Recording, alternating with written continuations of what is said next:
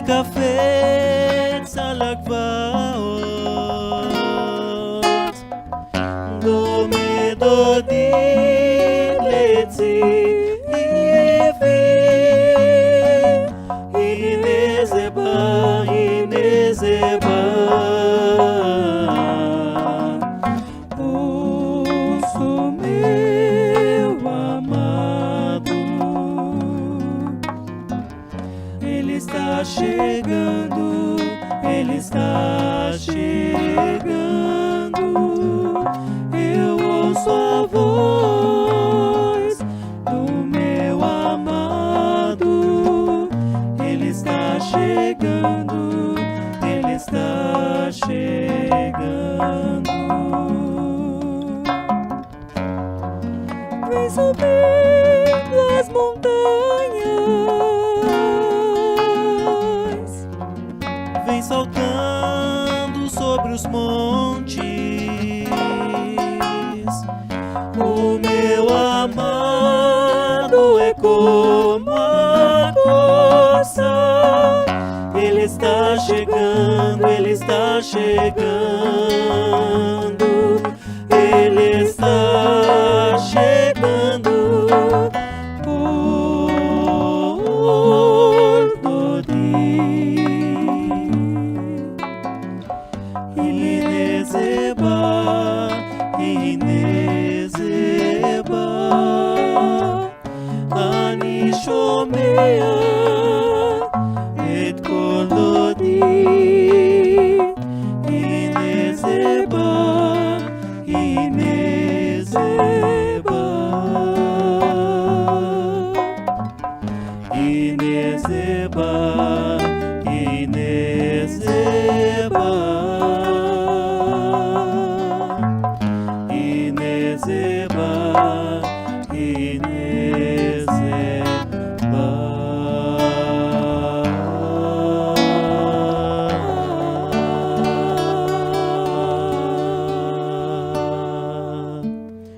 ברוך השם.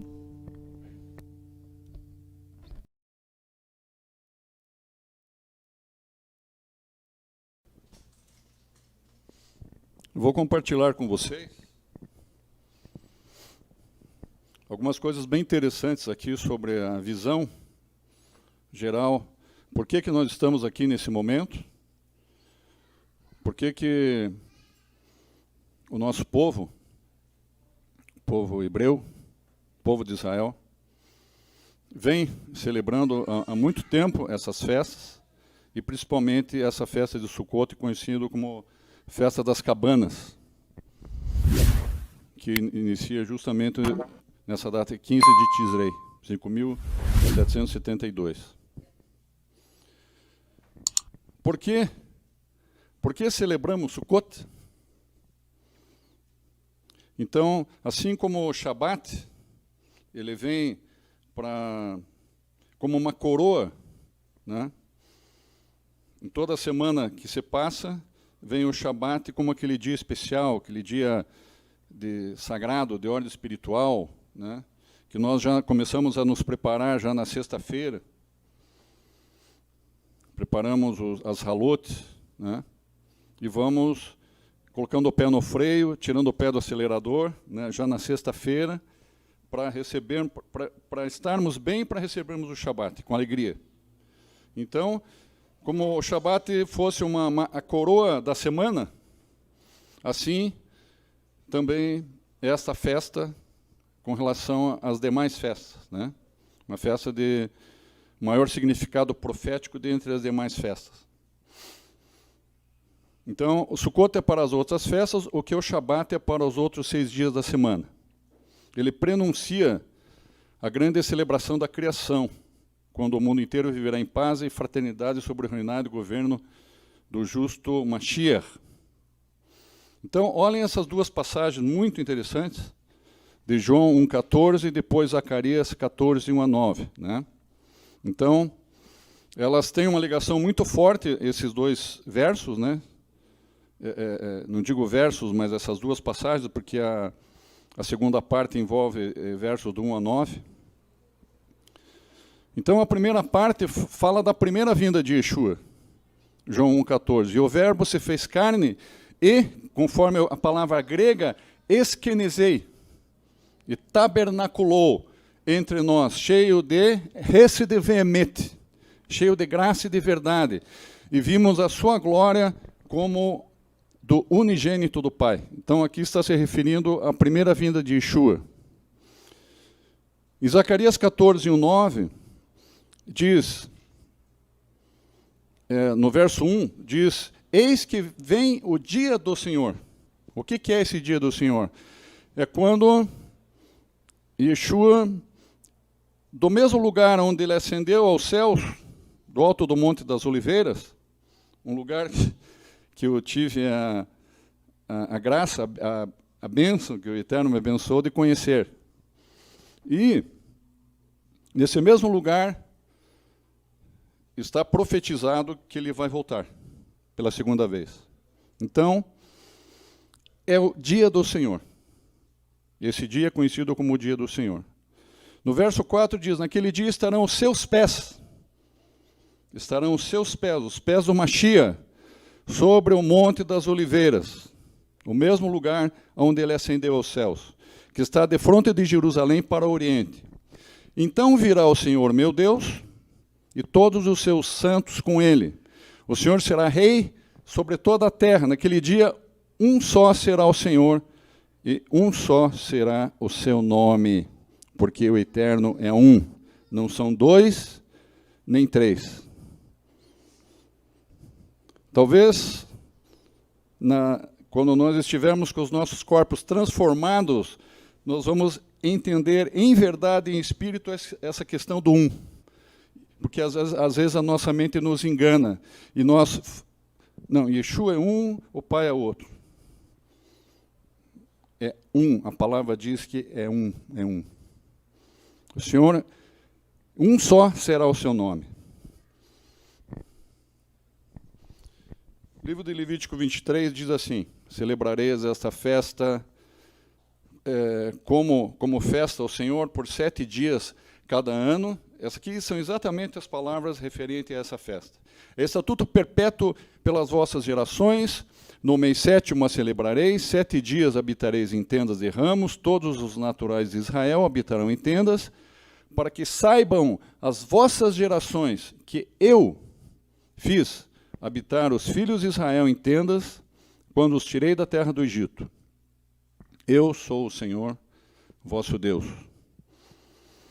Então, presta atenção, eu deixei ali, não a linha de baixo, mas a de cima, em branco mesmo, diferente do azul, que os filhos de Israel, eu fiz habitar os filhos de Israel em tendas quando os tirei da terra do Egito. O Senhor não está falando nesses versos que é para a gente celebrar os 40 anos que o povo passou, aqui não está escrito isso. Está se referindo, eu fiz habitar os filhos em tendas quando os tirei da terra do Egito. Então, o Eterno está se referindo a um momento que ele está tirando, um momento de libertação para um outro lugar. O que Sukkot deve significar para nós? E por que celebramos dormindo em cabanas judaicas ou cabanas judias? Conhecemos a história de Sukkot, sobre como os israelitas dormiam, como eles dormiam em cabanas no deserto, após fugirem do Egito, né? Tanto é que habitareis em tendas de ramos, diz a palavra. Todos os naturais de Israel habitarão em tendas. Mas também nós vemos que tabernáculos, o Sukkot, se refere a um lugar. O próprio nome, né, nome Sukkot, que é a celebração de hoje, né, se refere a um lugar onde eles dormiram pela primeira vez ao saírem do Egito. Então, quando eles estavam em Ramsés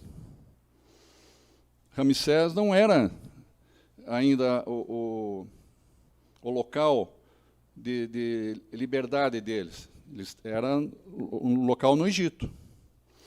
Então, eles saem de Ramsés e vão para um primeiro lugar de acampamento, uma primeira noite que eles vão dormir, chamado Sukkot. Mas, Jair, isso é uma simples coincidência? Mas também vemos que Sukkot se refere ao lugar, né? Então, basicamente o equivalente em hebraico a barracas ou cabanas.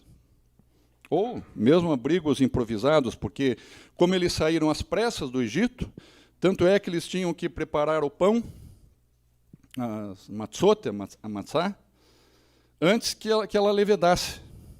Então eles saíram às pressas, eles armaram aquelas cabanas às pressas, para poderem dormir no primeiro local de acampamento deles. Era tudo rápido, eles tinham que improvisar, eles tinham que agir rápido, né? Então, essas pistas são sobre a importância de Sukkot. Sim ou não? Então, Sukkot significa a primeira vez, essa festa, essa comemoração de hoje, significa a primeira vez em que dormimos e pernoitamos em uma cabana no dia 15 de Nissan?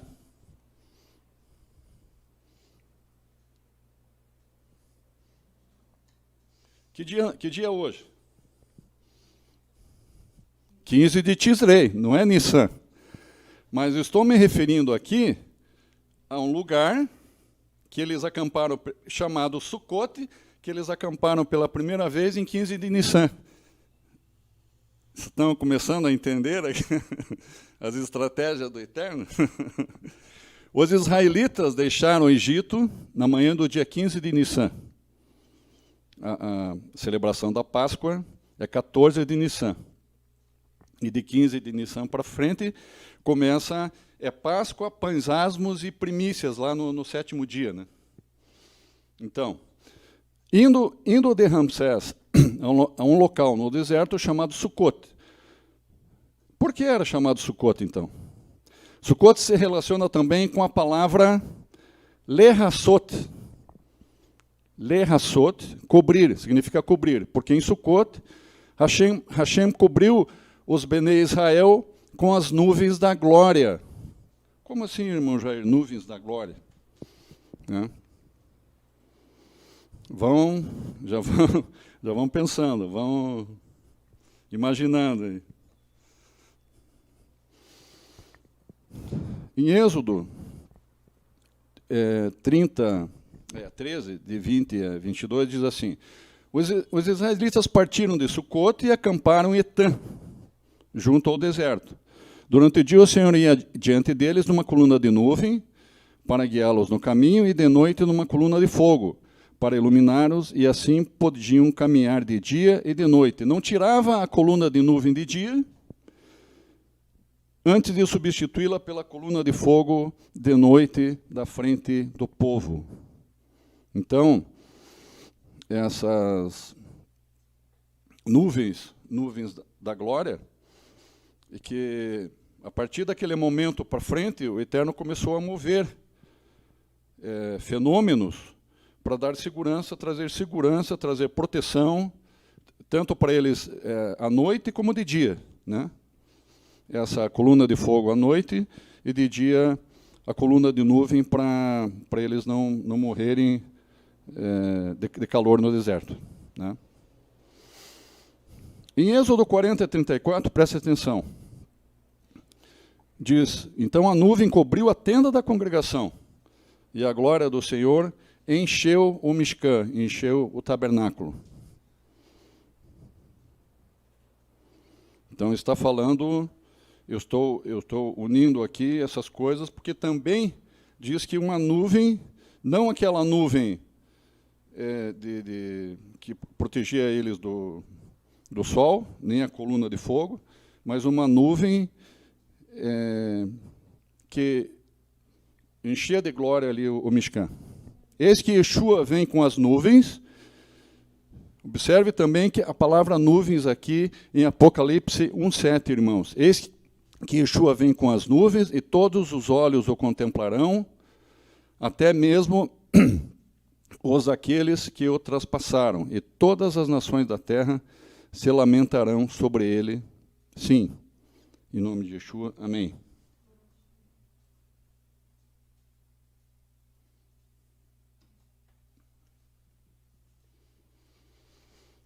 Então, vocês observem que desde o começo, desde o início do processo de libertação, o Senhor está protegendo o povo, tanto de dia como de noite. Fala tanto do Mishkan também, e fala tanto no princípio da libertação, quanto no processo final, quando o Senhor, eis que Yeshua virá com as nuvens da glória, ele virá em glória nessas nuvens, né? Então já há uma conexão desde as nuvens lá no deserto até essas nuvens no final, que Yeshua voltará em glória nessas nuvens. E todas as nações da terra se lamentarão sobre ele. Sim, amém. A Torá nos conta mais um detalhe. Bem interessante essa questão aí da alimentação. A comida de Sukkot, talvez alguns irmãos já perceberam. Matzot, matzá sem fermento, que eles assaram e comeram em sua primeira noite nessas barracas improvisadas. Mas, irmão Jair, você está querendo dizer que nesse lugar que eles acamparam pela primeira vez, que eles dormiram pela primeira vez, eles tiveram que fazer tudo às pressas também, armar as barracas. Tanto é que, segundo os exegetas e sábios da Torá, do Talmud, eles construíram uma barraca, um pouco maior assim, não deu tempo de construir duas barracas, pela situação ali de pressa ali deles. E que os animais também ficavam ali junto com eles, nessas mesmas barracas. Eu não sabia disso. Fui saber agora, recentemente, aí, comentários rabínicos e de exegetas dos sábios do Talmud e da Torá. É bem interessante isso daí. Quem sabe lá mais para frente, nos outros acampamentos, a coisa mudou. Isso eu não sei, nos outros acampamentos, né? Mas naquela noite, eles dormiram, ficaram juntos, e os animais ali também protegidos naquela tenda com eles. Cada família que tinha os seus animais, porque eles saíram do Egito com gados, com ovelhas, bastante, não foi pouco, né? Então, eles assaram, olha, a comida de Sukkot, matzá, pão sem fermento, eles assaram e comeram em sua primeira noite nessas barracas improvisadas, num lugar chamado Sukkot, que é o nome da nossa celebração de hoje. Êxodo 12:34. Elevou o povo a sua massa antes que estivesse levedada. Isso é só para vocês confirmarem na palavra que eu não estou aqui criando uma historinha. É palavra mesmo, né? Que o restante, massa antes que estivesse levedada, e o restante de seus alimentos atados com suas vestimentas sobre seus ombros. O que significa essa massa antes que estivesse levedada? A massa ela não cresceu, não crescia, não deu tempo dela crescer, porque nenhum pão com fermento, o pão fica grande, né? Observem aqui agora Êxodo 12, 37 e 39. E viajaram os filhos de Israel de Ramsés a Sucote. Eram como 600.000 homens andantes, fora as crianças. 600.000, muita gente. E também grande mistura de gente subiu com eles, e rebanhos e gado, animais em grande quantidade. Olha os animais que eu falei para vocês. E cozeram com a massa que tiraram do Egito, tortas e matzot. Matzot é a matzot que nós usamos e comemos no partir do pão. Último sábado de cada mês aqui, nós fazemos essa cerimônia, e com as matzot, né? Pães ázimos que não fermentaram. Porque foram desterrados do Egito e não puderam demorar-se, e tampouco provisões para o caminho eles fizeram.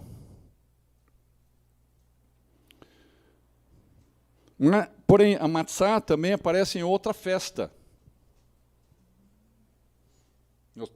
Nós estamos aqui comemorando o Sukkot. E eu tenho falado de matzot ou matzá, né?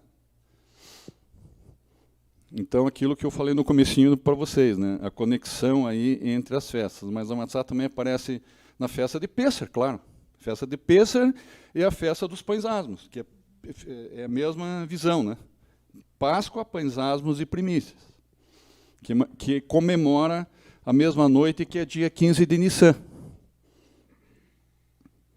Então, como que o significado de Sukkot, de tabernáculos, é diferente? Mas ainda, vamos lá, parece que está faltando alguma coisa, ou algumas outras coisas, que parece que estão faltando aqui para completar nosso entendimento.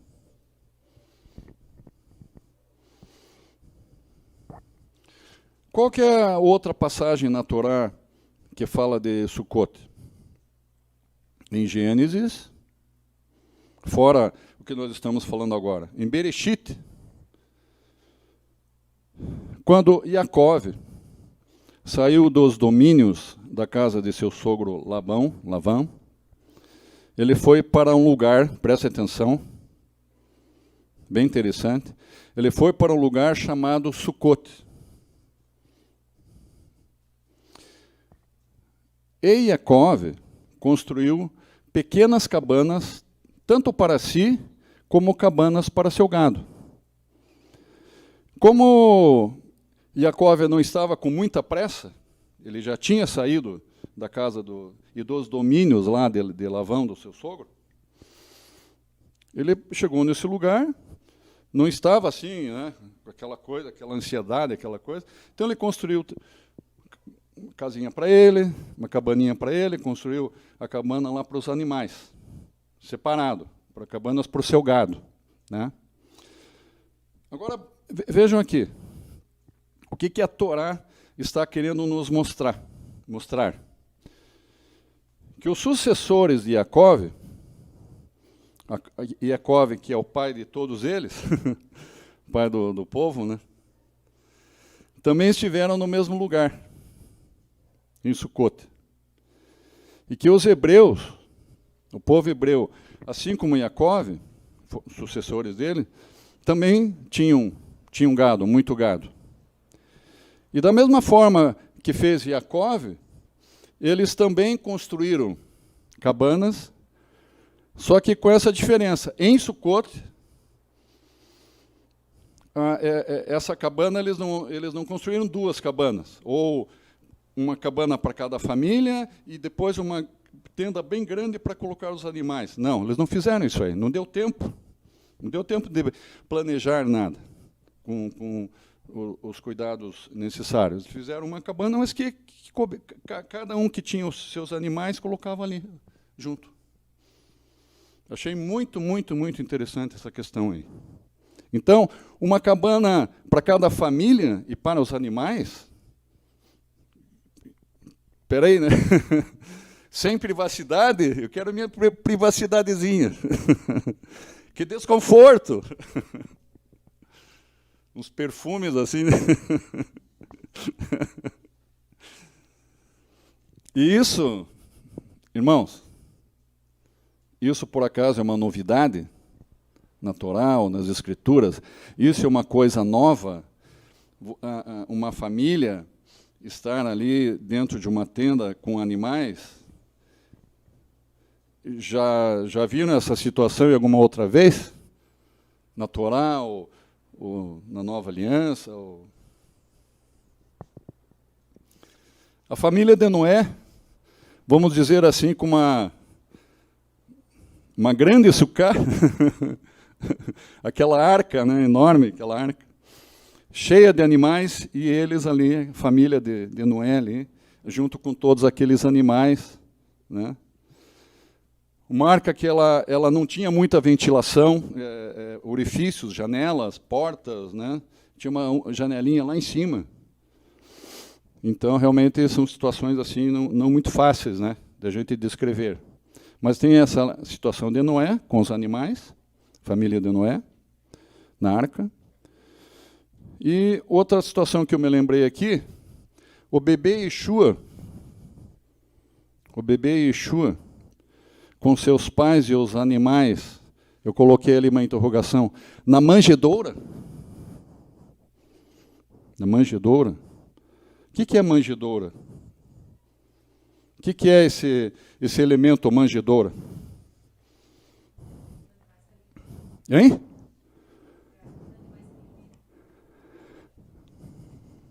Um lugar onde os animais comem. Manjedoura, né?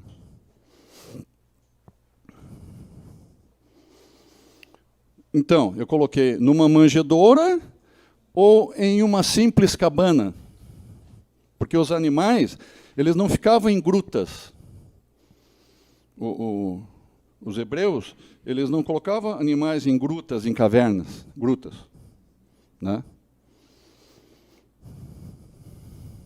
Existem vários comentários, assim, hipóteses, né? Vários comentários, mas tem um comentário que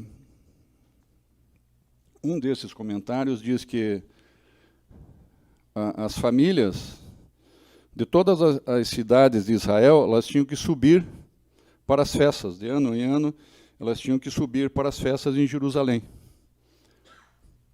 E segundo a própria Brit Hadashah, a própria Escritura, e também fala no livro dos profetas, do nascimento de Yeshua em Betlehem. Então, Miriam e Yosef estavam a caminho de Jerusalém, Miriam grávida, por causa da celebração da festa de Sukkot. Daí, quando eles chegaram numa pousada, essa pousada estava lotada. E daí o dono da pousada disse: nós armamos tendas da festa, que os animais estão lá também. Tendas sucá.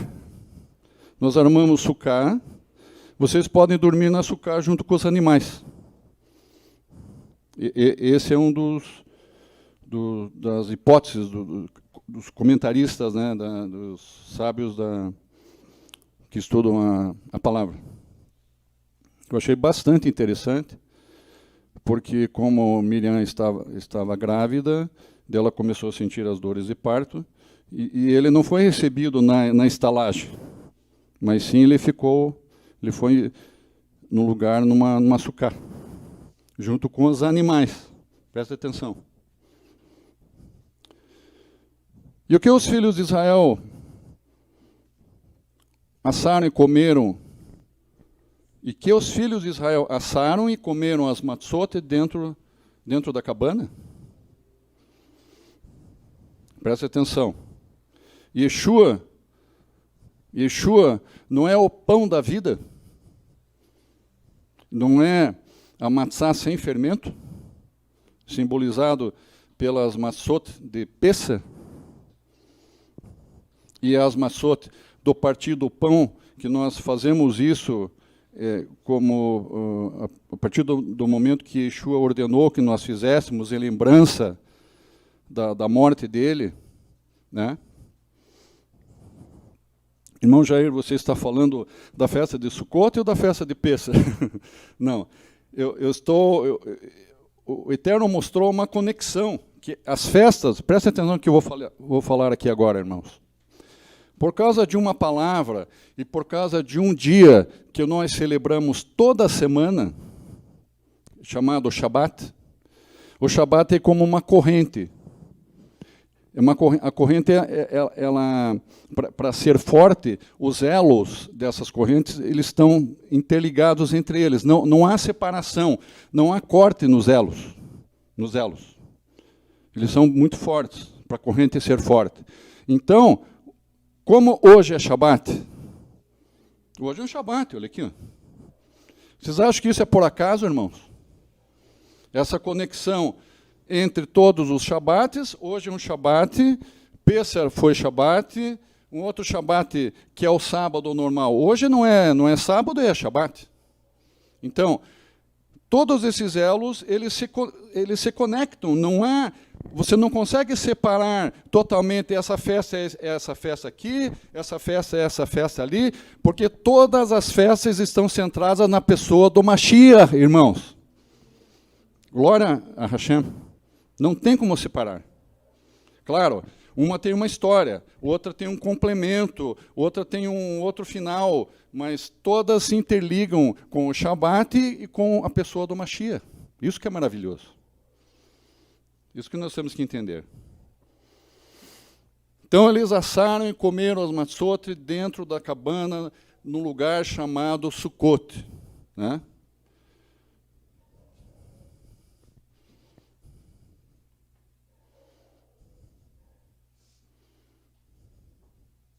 Só um pouquinho.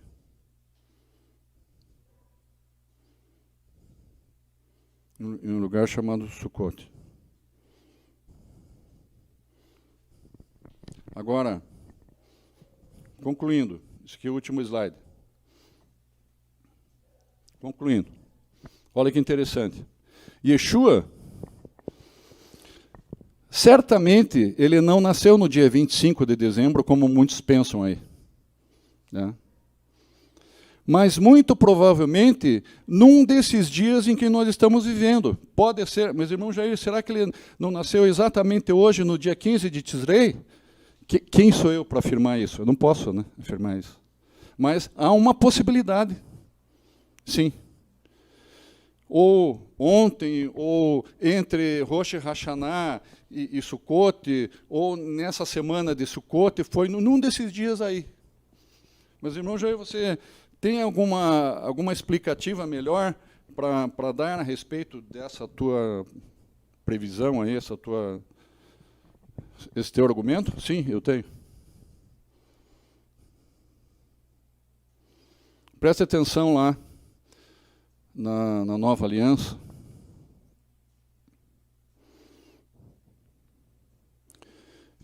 Pois com 9 meses, Isabel, o nascimento lá de João Batista, né?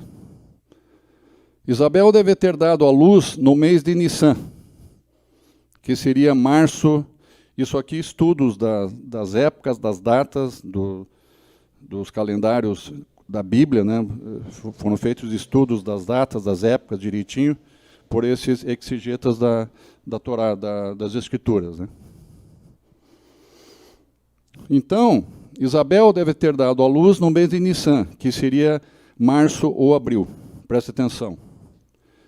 E quanto a Yeshua, em Lucas 1, 26 a 36, diz que Miriam ficou grávida quando Isabel, sua parente, estava no 6º mês de gestação, o mês de Tibete, que é dezembro, janeiro, por aí.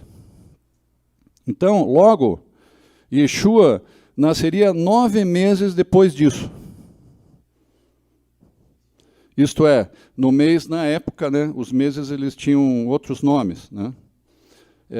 No mês de Etanim. Qual que é o correspondente hoje ao mês de Etanim? O mês de Tisrei, irmãos. Que é o correspondente exatamente ao mês de Tisrei, que seria setembro, outubro. Mas nós estamos celebrando essa festa hoje aqui, nós estamos... como que, irmão Jair, você falou outubro, se nós estamos celebrando aqui setembro, ainda outra semana nós vamos celebrar Shemini Atzeret Simchat Torah, que é ainda em setembro também. Irmãos, por causa do calendário lunar, né, todas essas datas, essas festas, são todas baseadas no calendário lunar. Então, essas datas, elas são, por exemplo, o ano passado, o ano retrasado, provavelmente nós não celebramos essa festa em setembro, acho que foi em outubro. Conforme o ano, ele pode ser final de setembro ou início de outubro, por causa que a Lua é diferente do Sol, da movimentação do Sol, né? Então, o nosso calendário, como não é o lunar, então dá essas diferenças aí. Mas nós sempre respeitamos as datas bíblicas, né? As datas bíblicas. Então, por isso que eu coloquei setembro/outubro, porque quem sabe o ano que vem nós estaremos celebrando aqui essa festa, que é o dia 15, será o dia 15 de Tisrei, porém pode cair no dia 5 de outubro, por exemplo. 3 de outubro, 10 de outubro, não sei. Mas isso acontece normalmente. É bom vocês saberem disso, né? Então, resumindo, esses cálculos que foram feitos por esses sábios, portanto, essa seria uma hipótese bastante razoável para a época do nascimento de Yeshua, que seria nesse período que nós estamos vivendo aqui. Então, vocês acham que é coincidência, quando eu falei do bebê Yeshua, né? o povo hebreu acampados na primeira noite num lugar chamado Sucote e também dormindo com os animais. Você acha que isso é coincidência ou é uma Yeshua-acidência?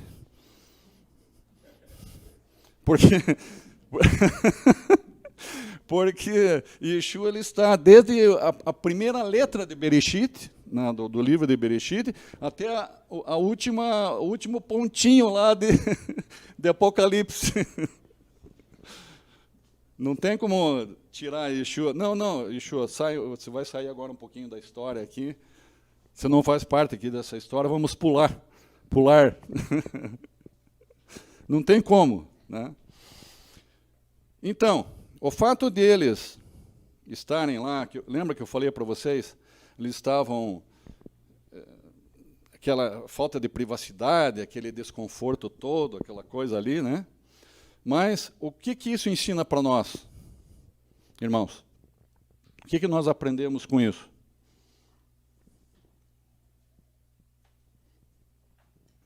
Que no nosso processo de libertação, nem sempre está tudo mil maravilhas para a gente. Nós passamos dias estreitos, amargos, desconfortáveis às vezes financeiramente também, né? Então, a lição é, também devemos aprender com a humildade de Yeshua. Olha como que ele veio, a forma, ele, né, o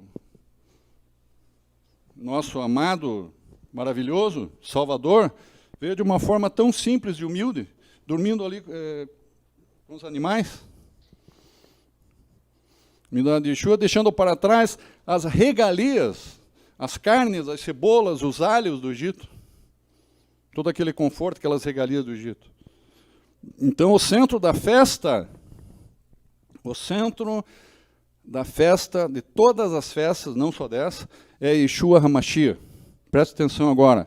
Chegará sua segunda vinda ao se cumprir as profecias de Zacarias. Porque, irmão Jair, faz pouco tempo que você também citou Zacarias. Parece, irmão Jair, que você gosta do profeta Zacarias. E, claro, eu também gosto do profeta Zacarias como dos outros profetas. Mas por que você está falando do profeta Zacarias de novo aqui? Porque se vocês pegarem lá, Zacarias, capítulo 14, 16 a 19, e forem lá conferir, repete 3 vezes a festa de Sucote, as cabanas, que as famílias que não subirem, as famílias terão que subir, as nações terão que subir de ano em ano para festejar em Jerusalém a festa das cabanas, a festa de tabernáculos. Repete 3 vezes nesses versos aqui de Zacarias, a festa de Sucote, repete 3 vezes, nos versos de 16 a 19, irmãos. Então, uma vez, tem o seu nível de importância. Repete a segunda vez, aumenta a importância. 3 vezes é muito importante. Então, se está falando muito da pessoa do Mashiach e da importância dessa festa perante as demais festas também. No livro de João, nós estamos finalizando, livro de João 7, 37 e 38, diz: assim que o cortejo passou, com o clamor nos lábios, conforme o Salmo, né?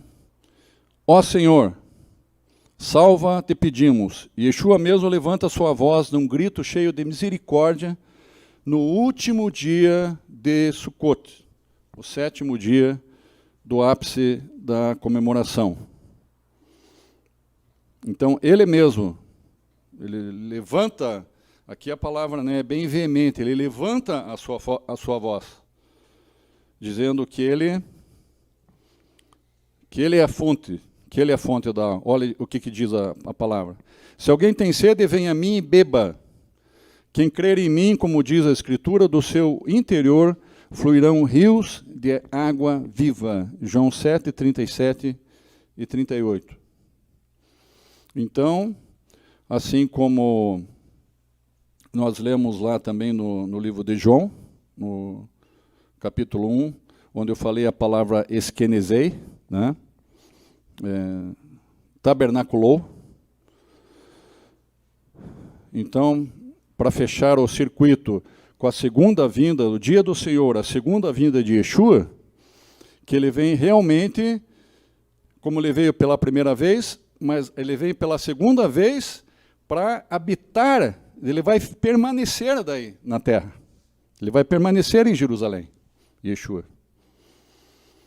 Tabernaculando com os que ficarem, né? Com os justos, com os santos do Senhor, os que ficarem, que forem livres, né? E salvos da grande tribulação e principalmente também da batalha do Armagedon.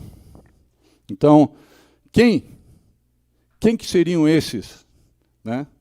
Que Yeshua vai voltar para tabernacular por 1000 anos, aqueles 1000 anos de paz. Quem seriam? Judeus e gentios, como diz o livro de Efésios, capítulo 2. A noiva de Yeshua, que são judeus e gentios. E lá em Efésios também fala, a família de Deus, um de mão dada com o outro, um respeitando e amando o outro. E Yeshua vindo como rei, nas nuvens da glória, E ele reinará por 1000 anos com a sua igreja. Depois tem mais história para frente, lá no final do milênio, Satanás é solto de novo. Não vamos entrar agora nessa história aí para frente, mas haverá 1000 anos de paz na Terra, uma plena restauração em toda a Terra, em todas as nações. Isso é algo simplesmente grandioso e maravilhoso. Então, essa festa aponta para todas essas maravilhas, para todo esse milênio de paz, irmãos. Amém?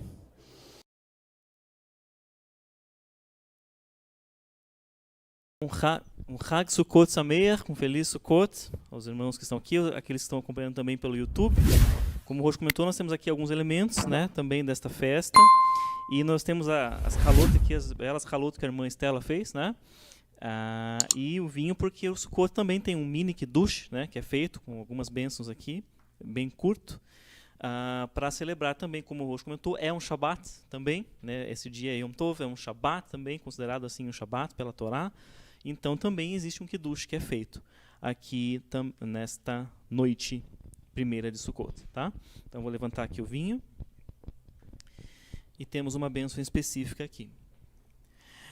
Eile moyadei Adonai mikai kodesh asher tikru esam bemoyadam vaidaber Moisés moyadei Adonai el bnei Israel.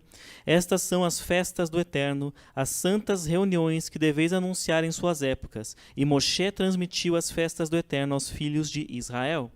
Savei Maranan, com a permissão de todos, dizemos Lechaim, Lechaim, a vida. Bem, vamos dar então a bênção do vinho.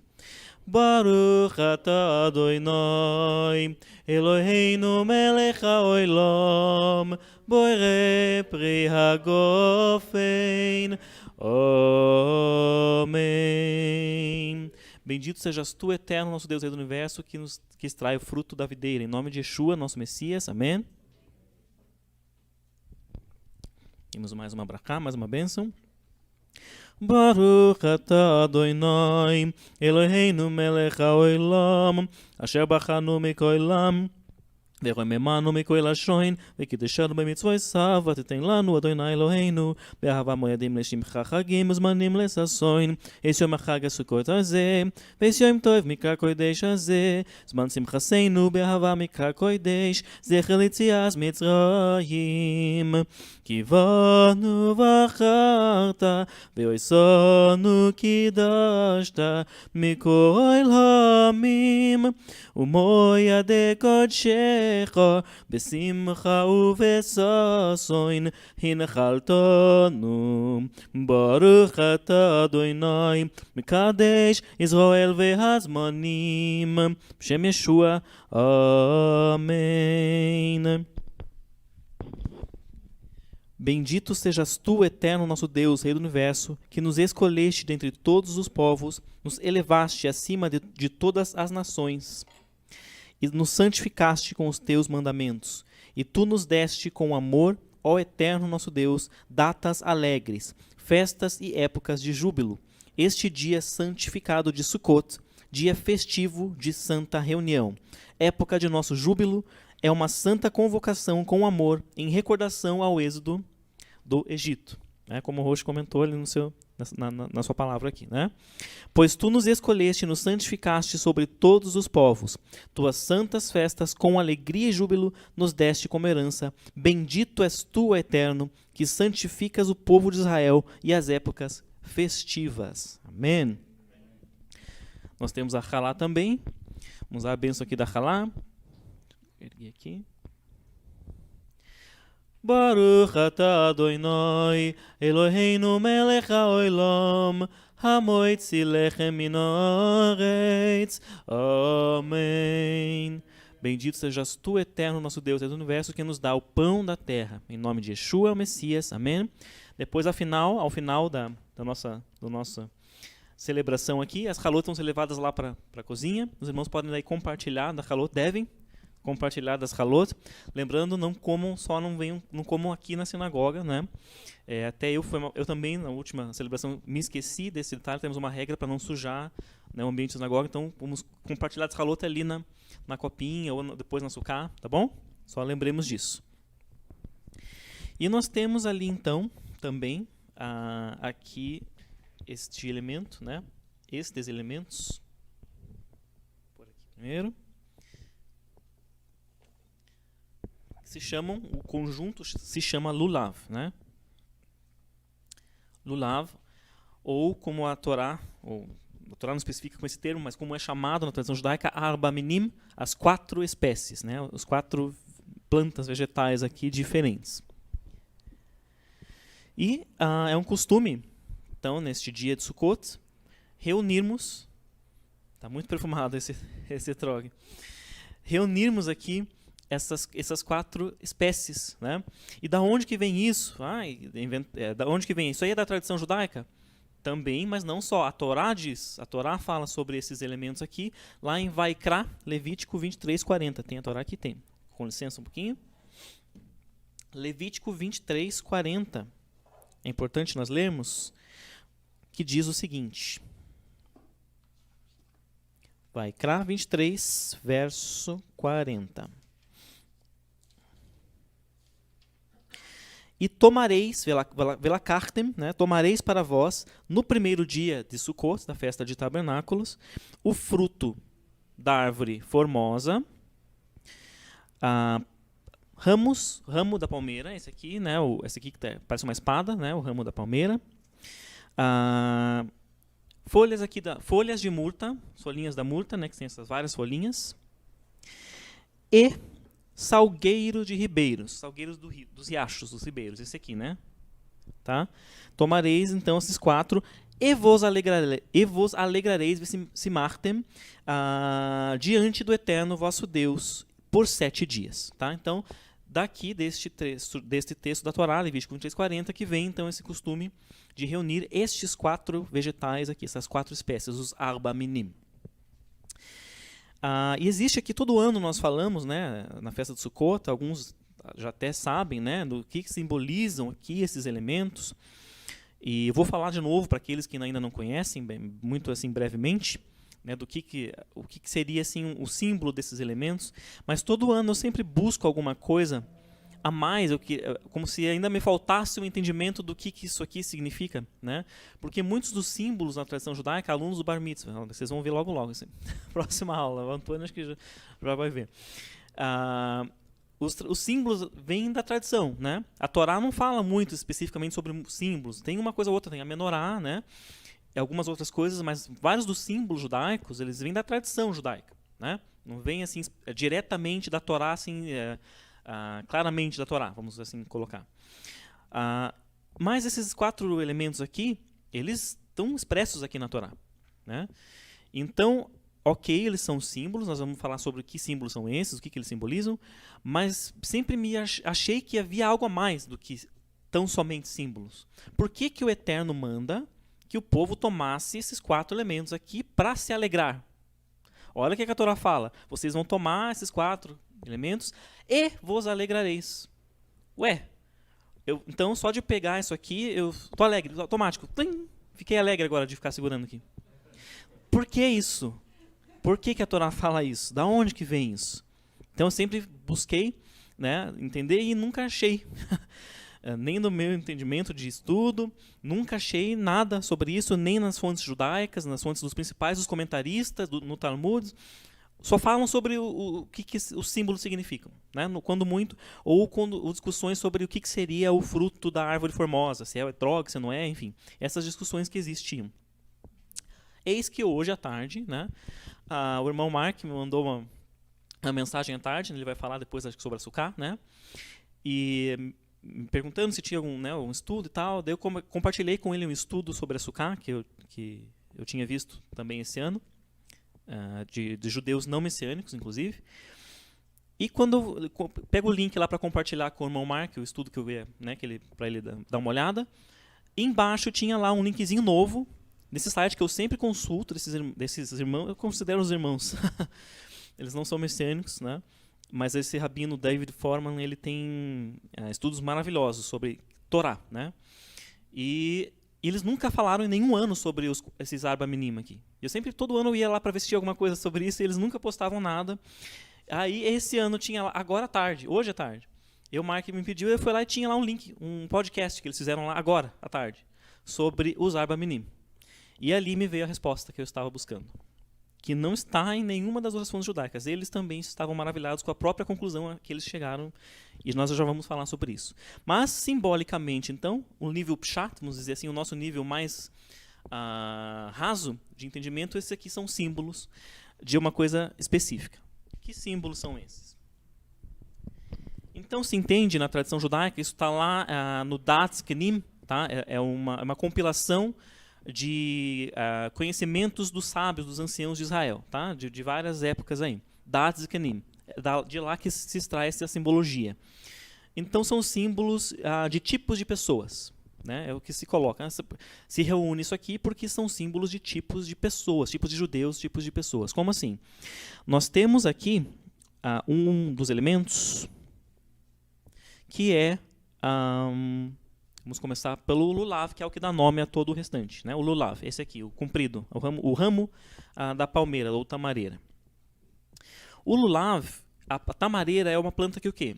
Se você cheirar ela, não tem perfume, né? Ela não é uma planta perfumada, assim, que você sente aquele perfume dela. Não tem. Porém, a tamareira, ela dá o quê? Tâmaras, né? Ela gera frutos. Ela não tem perfume, mas ela gera frutos.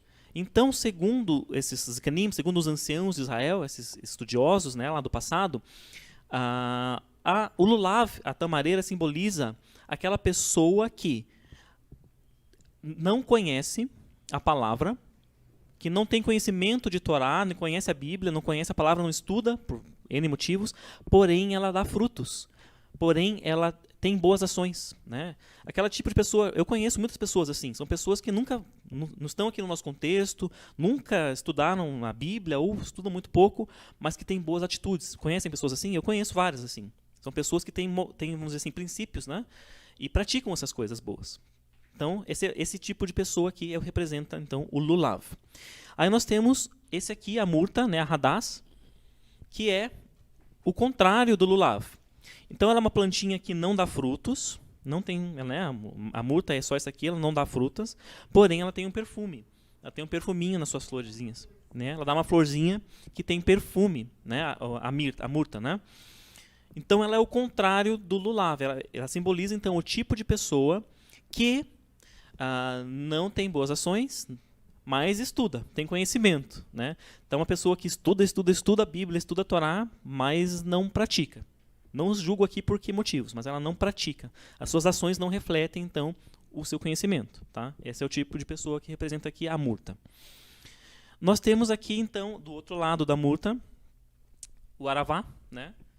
Que é o salgueiro dos ribeiros, que a Torá fala, né? A planta de ribeiros. Que é uma planta que não tem perfume e também não dá frutos, né? Então, é aquela pessoa, aquele judeu, aquela pessoa que não estuda, não tem conhecimento da palavra, não tem conhecimento de Torá e também não dá frutos, também não tem boas ações, tá?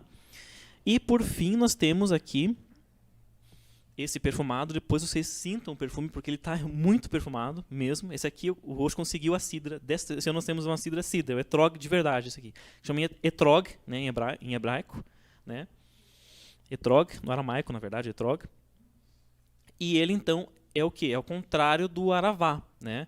Esse aqui é o fruto, é uma árvore, então, uma planta que dá frutos e frutos perfumados. Então, ele é aquela pessoa plena, né? A pessoa que conhece a palavra e que tem boas ações e que pratica a palavra. Então, esse aqui simboliza essa pessoa, esse judeu é essa pessoa, né? E nesta festa, então, nós reunimos esses elementos todos aqui. Eles ficam todos juntos. A Torá manda que eles fossem pegados juntos, reunidos juntos, para nos alegrarmos. Já vamos ver isso, né? Então, eles são juntos. Por que junta aquele que pratica a palavra e que conhece, que estuda a palavra, com aquele que não faz nada? Por quê? Porque esta festa, como o Roxo comentou aqui, judeus e gentios todos deveriam ir e celebrar esta festa, né? E lá no milênio vai ser assim. A nação que não for celebrar a festa de Sukkot não vai receber chuva, né? Porque todos devem ir celebrar Sukkot. É uma festa de todos. Então você reúne nessa festa todos os tipos de pessoa. Por quê? Para que esse aqui, ó, influencie aquele ali que não faz nada, que não tem nada. Para que o perfume desse aqui resplandeça em todos. Para que eu que pratico possa contagiar o outro que não pratica. Por isso nós reunimos todos nessa festa. O Eterno manda que todos celebrem essa festa. Então essa simbologia aqui desses 4 elementos, né? Além de simbolizarem também partes do corpo humano, né? O lulav, por exemplo, o que é isso aqui, essa espada aqui? É uma coluna, né? Ele que sustenta todo o restante. Como se fosse então a nossa coluna. Aí nós temos aqui as folhinhas da murta que parecem olhos, né? Nossos olhos, elas têm formato de olho, olhem lá, né? Elas têm formato de olho. E o contrário aqui, o salgueiro, o salgueiro de ribeiro, parece uma boca, ó, né? Tem um formato de boca, as folhas dele, né? Uma boquinha, ó. Se virar assim, né? Que eu não vou virar aqui, senão vai cair, né? Tem um formato de boca. E o etrog é o quê? Simboliza coração. É o coração, né? Eu costumo dizer que o etrog seria como o varão perfeito, né? Então, além de simbolizar também o próprio Yeshua. Porque o Yeshua tem conhecimento pleno e ele pratica plenamente os princípios do Eterno, né? Então, também tem isso. Porém, como eu falei para vocês, falei tudo aqui até agora de símbolo. Ok, isso simboliza tal coisa. Ok, é um entendimento legal, né? Nos passa princípios, mas eu sempre tive essa sensação. Mas ainda parece que tem mais alguma coisa aí. E tem mais alguma coisa aí. Vamos ler de novo Levítico 23:40. E tomareis para vós no primeiro dia de Sukkot o fruto da árvore formosa, né? Aqui, o ramo da palmeira, o lulav aqui do meio, as folhas da murta, a Torá diz folhas, tá? Folhas da murta, não é ramos, é folhas, e o salgueiro de ribeiros, aqui, esse aqui. E vos alegrareis diante do Eterno, vosso Deus, por 7 dias. Aí eu pergunto de novo para vocês. Por que a Torá diz, o texto diz isto? Que você vai reunir os 4 e daí você vai se alegrar. Porque você reuniu os 4 elementos. Por que será isso? Da onde que vem isso? O que a Torá quer dizer com isso? Então, vamos reler, vamos analisar esse versículo. Assim, brevemente, mas vamos analisá-lo, tá? Tomareis no primeiro dia fruto da árvore. Fruto, né? O que é o fruto da árvore? O que é um fruto? Ele é o produto final, né, da árvore. Acabou, né? Ali termina o processo de uma planta em formar um fruto, em gerar um fruto, um produto, né? Então esse é o fruto da árvore. Tomareis depois do fruto da árvore o quê? O ramo. O ramo. Então começamos com o fruto, do fruto partimos para o ramo da palmeira, né? Do fruto partimos para o ramo. E depois o que vem? Folhas de murta. Olha só. Começamos com o fruto, fomos para o ramo e agora fomos para as folhas. Nós estamos fazendo um processo aqui. Olha só, nós estamos fazendo um processo inverso. Começamos com fruto, ramo, folhas. E qual que é o último? Salgueiro de ribeiras. Arvei nohal. Salgueiro de rios. O que era salgueiro de ribeiras? Era aquele salgueiro, aquela árvore, que crescia onde? Na beira de rio. Então começamos com o fruto, fomos para o ramo da árvore, partimos para as folhas e das folhas fomos para o quê? A água. Olha só que interessante. O que o Roxo comentou no final do estudo dele aqui? Fruto, ramos, folhas, água. Né? O que é a água? Senão a fonte da vida, do início da planta ali, da vida. Que gera o quê? A seiva da planta. Não é? Então, olha só o que a Torá está nos dizendo. Lá no Éden, aquela história que nós já falamos tantas vezes aqui, a Torá diz que Havá e Adão, né, eles viram que a árvore que o fruto do conhecimento da árvore era formosa à vista. E a Torá chama esse fruto aqui o fruto da árvore formosa. Olha, mesma palavra. Mesma palavra. E Eva, e Havá e Adão, o que eles fizeram? Tomaram do fruto, né? E comeram o fruto da árvore do conhecimento do bem e do mal. Aqui a Torá diz que eles deveriam fazer o quê? Tomem do fruto, mas não coma do fruto. Eles deviam simplesmente tomar do fruto, mas não era para comer. E eles tomam primeiro o fruto da árvore formosa, um etrog, e depois eles tinham que pegar de outra árvore que dava fruto, que era a tamareira. E, de novo, eles não comiam a tamareira, simplesmente eles tiravam o ramo da tamareira. Não se comia fruto. Então, tem uma associação aqui entre o episódio de Gênesis com esse mandamento aqui da festa de Sukkot. E com esse entendimento desse processo de cada planta estar voltando lá para a origem, para o princípio. Né? Se lá no Éden, nossos pais, né, Adão e Havá, tomaram do fruto que era dele, né, e tomaram para si algo que era do eterno, qual que foi a consequência deles? Para eles? Eva conceberia com dor, né? Com tristeza, né?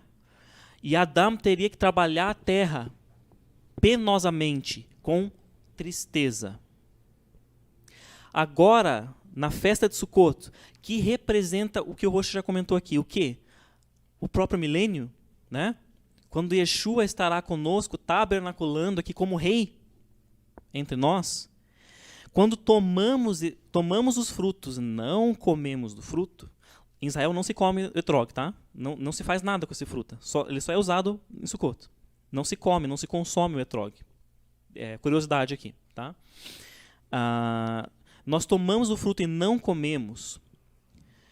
E nós, quando fazemos isso, como tomamos esses 4 elementos aqui, nos lembramos que começamos com o fruto, fomos para o ramo, fomos para as folhas e fomos para a água, para a seiva, para a origem. O que isso simboliza? O que isso significa quando fizemos isso? Que nós queremos retornar. Eu pego esse fruto e não como ele, eu devolvo ele. Eu devolvo ele. Era isso. E quando eu faço isso, o que acontece? E vos alegrareis diante do Eterno.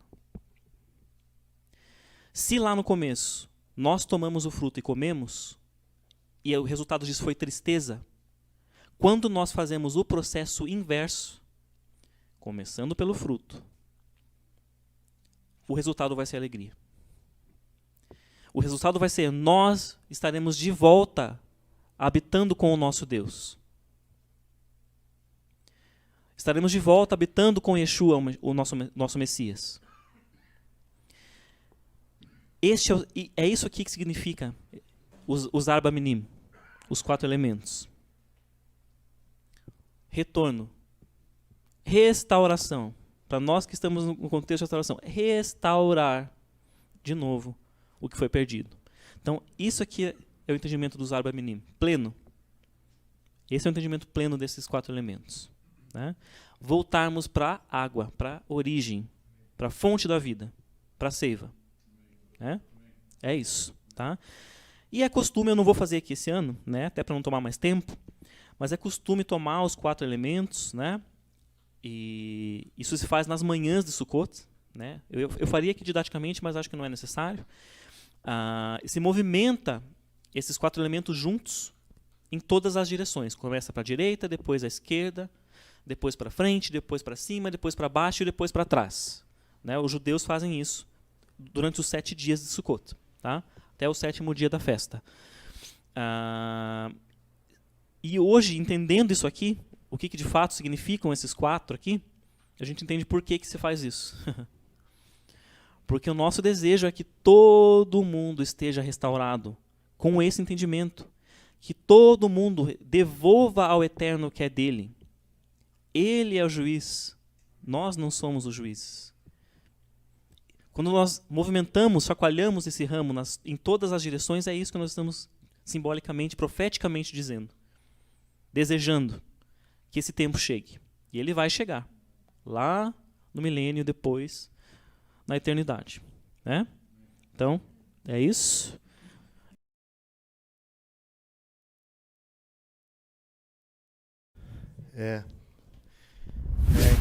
Então vamos lá. Nós vamos nos concentrar então na última parte ali de Levíticos 23, 39 e 43. Eu vou resgatar um pouquinho do que o Pedro falou no ano passado, o que o Roche falou hoje, alguma coisinha do que o Roche falou hoje, confirmando também até o que o Espírito está alinhando entre toda a congregação. Né? Então, 7 dias, Levíticos 23, deve ser 42 e 43. 6 dias habitareis em tendas, ou seria Besukot ali, todos os naturais em Israel habitarão em tendas, para que saibam as vossas gerações que eu fiz habitar os filhos de Israel em tendas, quando os tirei da terra do Egito. Eu sou o Senhor vosso Deus.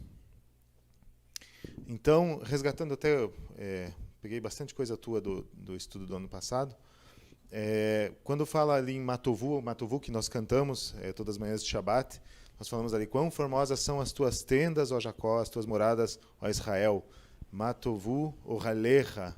Ohel significa tendas, como aquelas tendas que estão ali nas figuras. Né, que são, e quando Bilam viu aquele acampamento bonito e organizado, né, provavelmente mais organizado do que dessas imagens, aí o tabernáculo no meio, né, e ele viu a glória de Deus naquele lugar, ele que foi lá para amaldiçoar e acabou abençoando o povo de Israel. Mas Ohel é diferente de Sukkot. Sukkot são tendas mais rústicas, mais frágeis. Ohel são tendas de tecido, moradias, com alguma estrutura, né? Elas têm ali cordas que prendem ela. Então, tem uma estrutura mais avançada, né? Para ficar mais tempo também. E Sukkot são tendas mais simples. Então, a partida do Egito, como o Roche falou já anteriormente, hoje no começo da noite, ela é um evento único de um dia ali. Né? E Sukkot faz menção a esse dia, como o Senhor trouxe a libertação através da mão forte no meio do Egito. Né? E ele, depois de 10 pragas, ele tira o povo dali. E eles habitam em sucás naquela noite. Né? Não eram tendas bem elaboradas e num acampamento bem organizado. Não, ali era uma situação difícil. Né? E ali tem até uma imagem ali de uma tenda de uma sucá, né, de beduínos, que hoje ainda são feitas. Né? Então, essa tenda de beduínos ela está mais parecida com uma sucá do que essas tendas como dessa imagem aqui, que às vezes nós temos em mente. Né? Então, realmente não é uma lembrança dos 40 anos, mas é uma lembrança desse evento onde o Eterno tira o povo de Israel com mão forte ali do Egito. E ele fala assim, se nós voltarmos nesse texto, em Números 33, 4 a 5, partiram, pois, os filhos de Israel de Ramsés e acamparam-se em Sucot. E, como o Roche já tinha falado hoje anteriormente. Então, ali existe o que o Pedro trouxe no ano passado, que é muito rico, essa nomoderivação. Quando o povo de Israel está ali jornadeando pelo deserto, né, eles param em Mara, porque tem águas amargas, Elim, que havia 70 palmeiras e 12 fontes de água, lugar de descanso, Elim. Então, sempre se dá nome ao lugar onde eles estão. Isso não é diferente nessa situação de Sucot. Então, nós vemos ali também Beersheba, quando Abimeleque e Abraão eles fazem aquele tratado, aquela aliança de paz, onde Abraão separa, além de animais, ele separa 7 cordeiros, e esses 7 cordeiros ele dá para Abimeleque como uma promessa, né, para que seja feito um juramento ali. Aí ele chama ali aquele lugar de Poço das 7, que seria esses 7 cordeiros, os 7 ovelhas, que é Beersheba. Né, e até hoje essa cidade tem esse nome. Em Gênesis, também Yaakov, quando ele chega ali onde ele deita aquele travesseiro de pedra, né, onde ele deita, ele tem aquele sonho, tem aquela visão de Deus, e ele acorda, quão terrível é este lugar, e ele chama aquele lugar de Beit El. E depois o próprio Yaakov, ele chega a um lugar chamado Sukkot, e também que obedece esse mesmo princípio da nomoderivação. E Jacó, fala ali em Gênesis 33, 17, Jacó, porém, partiu para Sukkot e edificou para si uma casa. Não sei se o termo ali é ohel ou tenda, é possível que seja. E fez cabanas, e ali seria Sukkot, para o seu gado, por isso chamou aquele lugar Sukkot. Então, esse Sukkot é diferente do Sukkot que o povo de Israel chegou, certo, Pedro? Ou é a mesma Sukkot? Não tenho certeza se é o mesmo. Não temos certeza, mas o princípio da nomoderivação está de pé. O que essa rústica habitação nos ensina? Ali daí já tem uma sucá mais gloriosa, com energia, mas é para fazer lembrança, né, essa sucá, às habitações naquela primeira noite da fuga do Egito. E aí a tradição pegou os 4 elementos e misturou ali para fazer o telhado, né, um telhado de folhas de palmeiras, né, de palmas, e tentou criar essa ambiência, esse ambiente, né, para que essa festa pudesse ser festejada com entendimento. O apóstolo Paulo, Shaul HaShaliach, ele fala assim, que porque tudo o que dantes foi escrito, para o nosso ensino foi escrito, para que pela paciência e consolação das Escrituras, eu gosto muito desse termo, consolação das Escrituras, né, como que nos traz referência, que nos dá segurança, para que tenhamos esperança, né? Então, a sucá, ela tem algumas características, e nós vamos falar de algumas características, e eu vou talvez até ser bastante simples, porque eu creio que dá para ir bem mais fundo, tem muitas realidades que podem ser trazidas, mas eu vou trazer algumas que são até um pouco de obviedades, mas sempre é bom nós lembrarmos, ok? E são aspectos que, para mim, são, apesar de simples, eles são um chamado alto, né? Talvez o chamado pro etrog, para o homem em Yeshua mesmo, já que etrog, como o Jacob falou, simboliza esse varão perfeito, né? E nós, às vezes, tocamos esse varão perfeito, mas nem sempre permanecemos nessa posição, mas o Senhor nos chama, assim mesmo, para nós permanecermos nessa posição, né?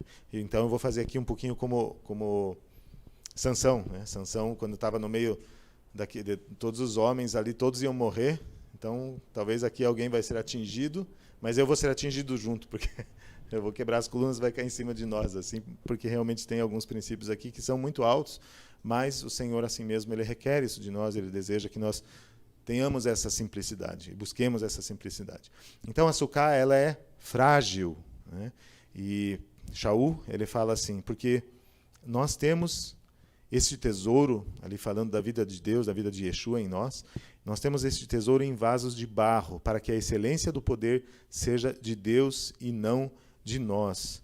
Então, quão facilmente o homem chega, mesmo sendo homem, mas ele chega limitado, que não pode contar os seus dias, ele chega numa situação de onipotência, que ele pensa que ele está podendo, mas ele é frágil, isso nós nunca podemos esquecer, e a dependência de Deus nos faz saber a nossa posição de que nós somos frágeis, assim como uma sucá. Se você empurrar ali um dos palanquezinhos ali, ela cai inteira e desmorona. Então, em certo sentido, é um convite à fraqueza. Não a fraqueza diante do pecado ou diante da ofensa, mas a fraqueza realmente da nossa humanidade para que nós dependamos cada vez mais do Eterno. Aqui também, sensível, né? Sensível não à ofensa, não sensível quando falam mal de nós já ficamos, falaram mal de mim, e agora o que vai ser, né?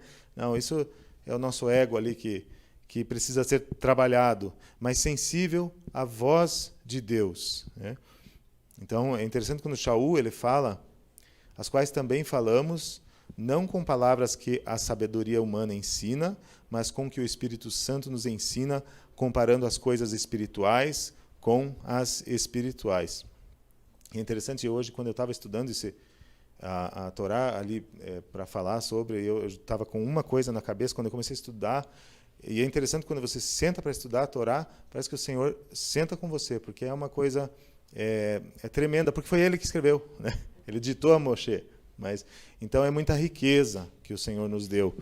E o Senhor deseja que nós cresçamos cada vez mais no entendimento da palavra de Deus, para que nós tenhamos recurso para que o Ruach possa trabalhar e nos usar. Então nós precisamos realmente nos capacitar, estar atentos a ouvir a voz de Deus. Mas vai ser complicado se nós não estudarmos, se nós não buscarmos estudar a palavra de Deus, né? Para que realmente nós possamos ouvir a sua voz, porque ordinariamente é dessa maneira que o Senhor fala conosco, é pela sua palavra, né? E aí ele usa a instrumentalidade do seu Espírito para fazer essa palavra ser viva, para não ser só conhecimento intelectual, mas para ela ser viva, para ela nos mover, para ela nos, né, dar movimento, podemos ser luz, podemos ser chegar mais perto desse etrog, né, que tem o conhecimento, mas ele tem a aplicação desse conhecimento, ele tem a sabedoria, né? Então, a Sukkah, ela é sensível, ela não tem janelas. Então, nós poderíamos também pegar aquele versículo: eleva meus olhos, de Davi, eleva meus olhos para os montes, de onde vem o meu socorro. Então, você não olha para o lado, não me desvio nem para a direita, nem para a esquerda, mas eu olho para cima, eu olho sempre para o Senhor está diante de mim. Elias falou isso, né? Cujo Deus, para o Deus cuja face diante dele, de quem estou. Então, eu sempre tenho Deus diante de mim antes de qualquer coisa, né? E isso é a coisa mais fácil do mundo de perder, né? Essa sensibilidade, ela é fácil de perder. Então, nós precisamos sempre estar voltando a isso. E, para isso, sempre nós precisamos constantemente estar fazendo tchuvá, né? Para que nós possamos estar olhando para o Senhor. Eu gostei muito de uma palavra que o Pedro deu, que ele falou sobre a ira, né? E nós, às vezes, a ira e a murmuração, nós toleramos demais na nossa vida. Mas elas maculam a presença de Deus, e apesar de elas, às vezes, objetivamente não serem pecados, a murmuração mas a ira, às vezes ela não concebeu o pecado, mas às vezes eu maculei o meu relacionamento com Deus, e ela criou ali um ambiente para que o pecado possa vir à luz. Então, o que nós precisamos fazer? Sempre muito rápido: teshuvá. Sempre arrependimento. Eu falo isso porque eu tenho 4 filhos, tenho a minha mãe, então é muito fácil eu entrar na pilha e entrar na aceleração do dia, e quando eu vejo, olha como é que eu estou. Então eu tenho procurado me vigiar mais quanto a isso, porque senão nós perdemos o maior tesouro que nós temos, que é a vida de Deus, né, que Deus nos deu, e nós tão facilmente perdemos. Então nós temos que sempre estar olhando para cima e não se afetar tanto com o que está acontecendo do lado, né? Ali seria modéstia, não modesta. Para que, como está escrito, aquele que se gloria, glorie-se no Senhor. Então, é uma casinha muito simples e muito modesta, né? E muitas vezes nós vamos acumulando coisas. Esses dias eu até estava falando, a gente tinha um galo, né? E, de repente, o galo lá em casa não tinha mais utilidade. Fazia o barulho, incomodava os vizinhos. E daí eu passei para a irmã... para a mãe da Angélica, esqueci o nome dela. Para a irmã Heloísa, e ela tem uma fazenda onde o galo pode viver bem. Eu não precisava do galo, né?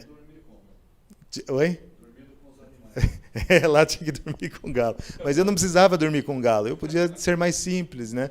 E a Sukkah, ela é um convite à simplicidade. E às vezes nós somos acumuladores, né? A natureza humana, eu preciso disso, e no fim nem precisa. E nós queremos viver essas experiências, nada contra o galo, foi um tempo legal, mas só dando um exemplo. Então, aquele que se gloria, glorie-se no Senhor, não nas posses, não naquilo que tem, não naquilo que se ocupa até, né? Claro que é legal, hoje eu estava, não sei o que eu estava olhando, e eu encontrei uns trabalhos meus de 10 anos atrás, do meu trabalho, e eu me alegrei quando eu vi. Mas eu não me alegrei com soberba, assim, olha o que eu fiz. Mas eu me alegrei porque com o trabalho das minhas mãos, mas pelo que o Senhor faz na nossa vida, né? Porque eu creio que é isso, quando nós fazemos, mas nós rendemos glória a Deus, então nós damos a glória a Ele. E nós nos alegramos também, somos participantes dessa alegria, né? E é a direção contrária do mundo. O mundo, ele precisa aparecer, ele precisa dizer quem ele é, como não, né?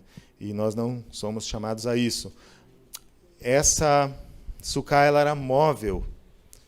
Então, ali, trazendo um versículo do Novo Nascimento, né, aquele que é nascido do Espírito, ninguém sabe de onde vem, ninguém sabe de onde vai. Isso não quer dizer que nós estamos toda hora fisicamente nos movendo, né? Mas nós estamos dispostos, nós sempre estamos dispostos com a anteninha ligada para fazer a vontade do Senhor, onde quer que nós estejamos, né? Ele é leve, mas o fruto do Espírito é amor, gozo, paz, longanimidade, benignidade, bondade, fé, mansidão, temperança. Se nós pegarmos aquela açúcar ali, talvez com uma mão dá para levantar, né? Mas se nós permitirmos que a nossa carne ela cresça, né? Ressentimento, vanglória, ira, murmuração, nós vamos ficando pesados, vamos virando uma meia água de concreto. Mas o Senhor ele quer que nós sejamos leves, né? Porque Ele pode nos acionar. Nós podemos ser um instrumento em qualquer situação. De repente, Deus quer contar comigo ali para uma situação, mas não dá para usar o Mark. Eu tenho que chamar o Joãozinho ali, porque o Mark tá preso ali nos pensamentos dele, ou tá brabo com a mulher, né? E o Senhor Ele quer, e por isso que o servo de Deus, ele é chamado a ser prático, né? Ele é chamado a ser prático, e não se afetar com as coisinhas, mas ele tem direção, ele tem foco, ele tem propósito. Vamos chegar nesse lugar, irmãos. Em nome de Yeshua. Tem gente aí que já chegou. Sem alicerces. Então, assim serão essa o Roche me passou, só passando para vocês. Eu já achei muito precioso. Assim serão as 8 tábuas com as suas bases de prata. 16 bases, 2 bases debaixo de uma tábua e 2 bases debaixo de outra tábua. Tem outras referências ali em Êxodo. Então, fala do tabernáculo agora, né? Não fala da açúcar, mas o próprio tabernáculo manifesta essa ciência, onde a prata ia na base da madeira e ela fazia aquele isolamento. Claro, essa prata era para ela não enferrujaria, né? A madeira ela poderia apodrecendo, mas aí você tinha uma base de prata ali. Então, fisicamente, era uma solução perfeita, mas ela também faz aquele isolamento onde você não tem um fundamento, você não firma, né, os teus pés, agora trazendo para nós, você não firma teus pés nessa terra e coloca teus sonhos todos para ser vividos nessa terra.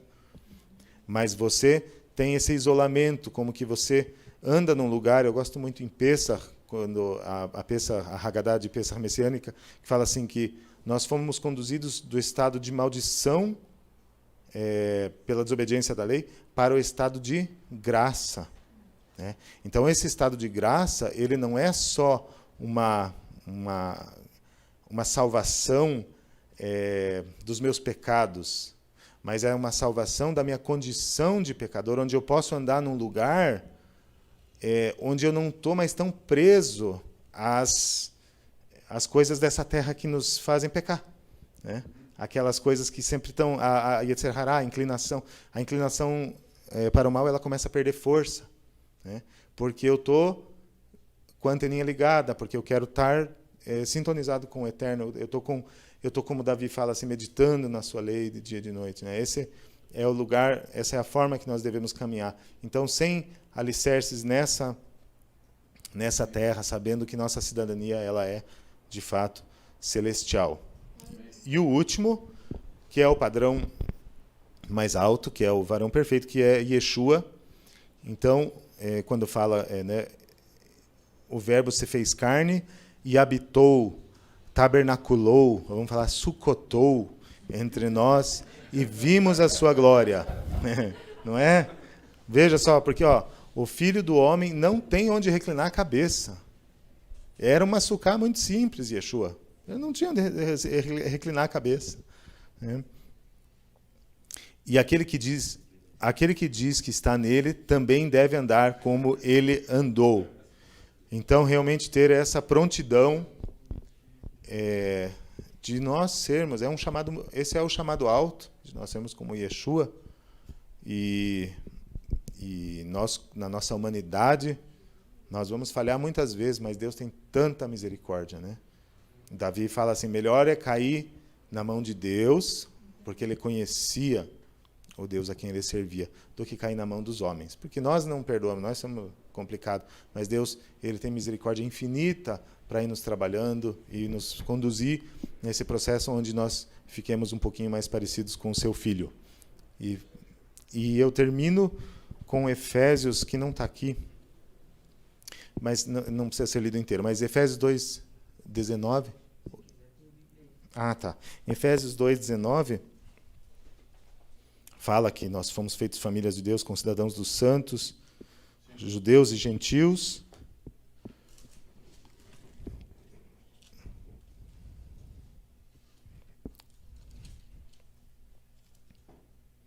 E aí continua assim: edificados sobre o fundamento dos apóstolos e profetas, provavelmente aqui está falando da Torá, sendo ele mesmo, Yeshua HaMashiach, Cristo Jesus, a pedra angular, no qual todo edifício bem ajustado cresce para santuário dedicado ao Senhor, no qual também vós juntamente estáis sendo edificados para a habitação de Deus no Espírito. Então nós somos essa habitação de Deus, nós somos templo do Deus vivo, mas nós somos também sucazinhas, pequenas sucas ou sucot, né, onde nós, dessa maneira, nessa simplicidade, vai ser mais fácil para nós manifestarmos a vida que Ele nos deu.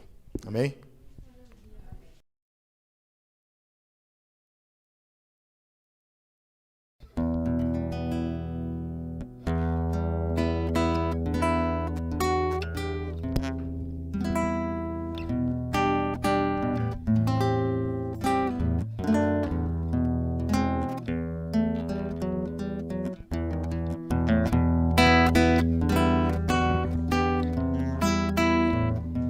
Essa igreja que se coloque de pé para poder estar louvando e bendizendo o nome do Senhor Jesus. Porque Ele, por Ele, para Ele são todas as coisas. Porque dele, por Ele, para Ele são todas as coisas.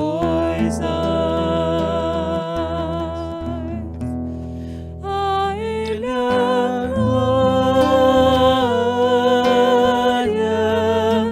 a Ele a glória, a Ele a glória,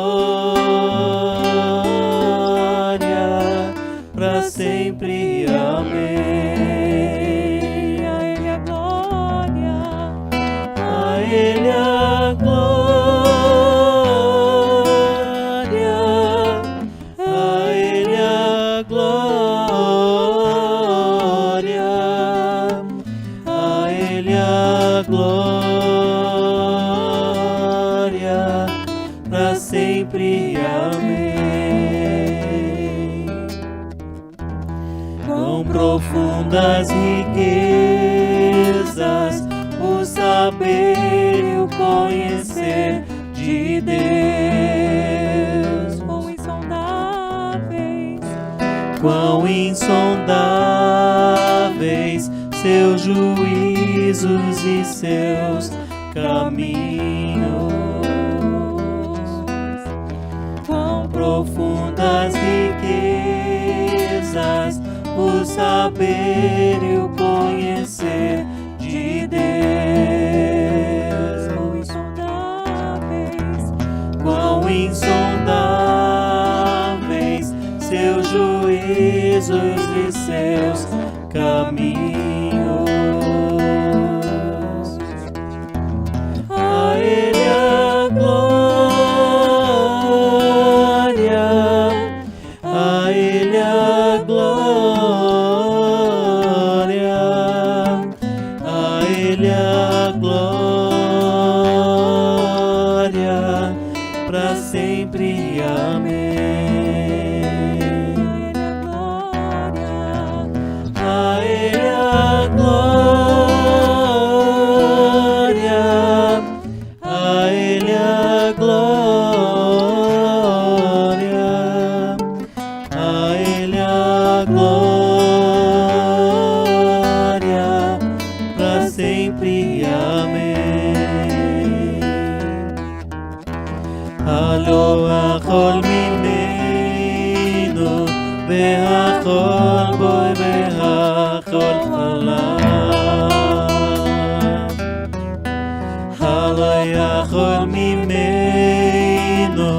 והכל בו והכל עליו,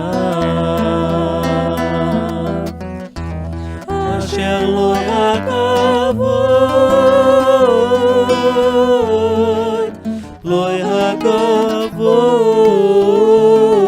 הכבוד, לו הכבוד, לעולם ועד, אשר לו הכבוד, לו הכבוד, לו הכבוד, לעולם ועד. Só pra terminar, Ashelô Hakavod. Ashelô הכבוד, לו הכבוד, לו הכבוד, לעולם ועד. Aleluia, aleluia, aleluia. Baruch Hashem.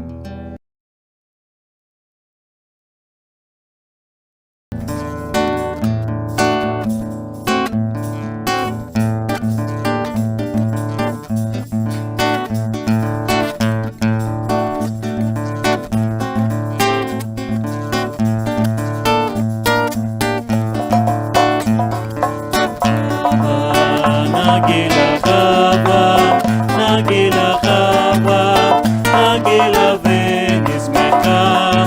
חווה, נגילה חווה, נגילה חווה, נגילה ונשמחה. חווה נרננה, חווה נרננה, חווה נרננה ונשמחה. חווה נרננה, חווה נרננה, חווה נרננה ונשמחה. ורוחים, ורוחים בלב שמח, ורוחים בלב שמח, ורוחים בלב שמח, ורוחים בלב שמח, ורוחים, ורוחים בלב שמח.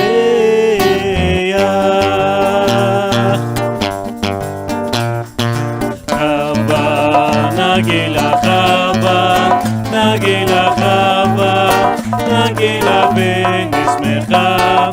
חווה, נגילה חווה, נגילה חווה, נגילה ונשמחה.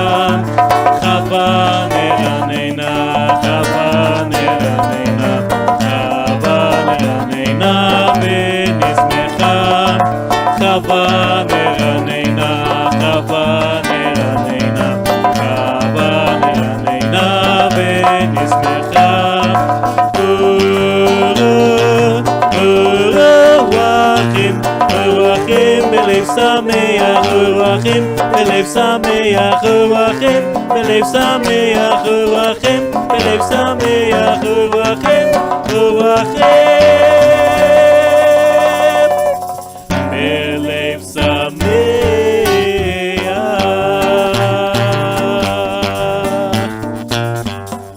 אמן. חווה. אמן.